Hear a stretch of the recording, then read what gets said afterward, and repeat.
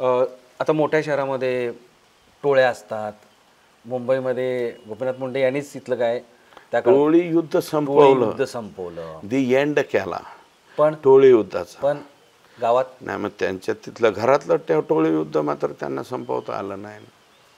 हे टोळी युद्धच होतं त्यांच्या परळीत. आता वाल्मिक कराड एकीकडं आका आणि एकीकडं ते बबन गीते. बबन गीतेला हे घाबरायचे. मग बबन गीतेला खलास करेपर्यंत मी चप्पल घालणार नाही असं ह्यांचा पण होता.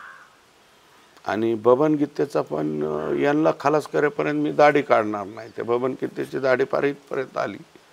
ते आम्हाला तरी काय माहिती, त्याचा राष्ट्रवादी काँग्रेस पक्षाच्या शरद पवार साहेबांच्या पक्षात प्रवेश होता तेव्हा बघितला आम्ही. हा, दाढी लांब दाढी होती त्याची बबन गीतेची.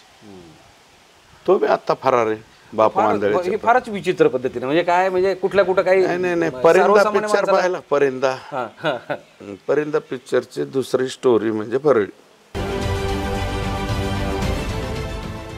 देश विदेशातील प्रत्येक घडामोडींचे लाईव्ह अपडेट मिळवण्यासाठी आता साम टीव्हीच्या सर्व सोशल मीडिया प्लॅटफॉर्मला लाईक, फॉलो आणि सबस्क्राईब करा.